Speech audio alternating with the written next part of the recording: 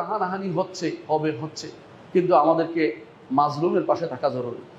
মাজলুম কারা হচ্ছে আপনার চোখের সামনে বুঝেন, বিবেক আপনাদের আছে, কেউ কাউকে বলা লাগে না, কেউ কাউকে বলা লাগে না। যারা মাজলুম হচ্ছে আপনাদের উচিত মাজলুমের পক্ষে থাকা। মাজলুমের পক্ষে থাকা খুবই জরুরি। আপনি যদি কোনো মাজলুমের পক্ষে না থাকেন, মাজলুম আপনার উপর একদিন জুলুম হতে পারে। এজন্য দয়া করে প্রত্যেকে মাজলুমের পক্ষে থাকবেন। যারা মারা গেছে মাজলুম অবস্থায়, তাদের প্রতি দোয়া করবেন, আল্লাহ যেন তাদেরকে জান্নাতের আলী মাকাম দান করেন, আমিন।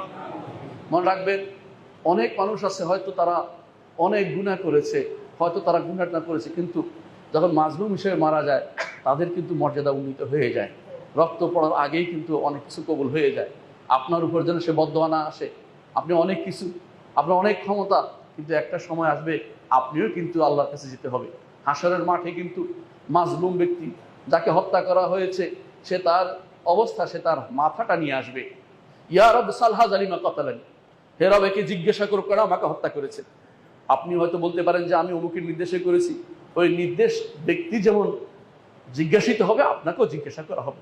এখানে কারো কোনো আলাদা কোনো স্পেশাল কিছু থাকবে না যে আমি বেঁচে যাবো, এ কথা বলার কোনো সুযোগ থাকবে না।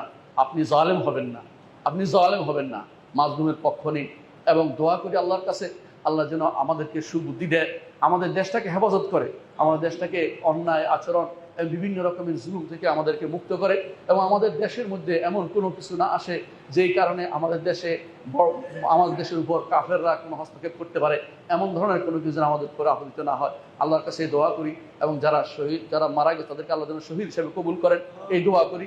এবং আল্লাহর কাছে দোয়া করি তাদের জন্য, যারা ঈমান নিয়ে মারা গেছে, তাদের শাহাদত তাদেরকে আল্লাহ তাআলা নসিব করেন এবং তাদেরকে আল্লাহ ক্ষমা করে দেন, তাদেরকে জান্নাতের উঁচু মকাম দান করেন, উঁচু মকাম সমূহ কোনো কিছু দান করেন। আল্লাহর কাছে দোয়া করছি।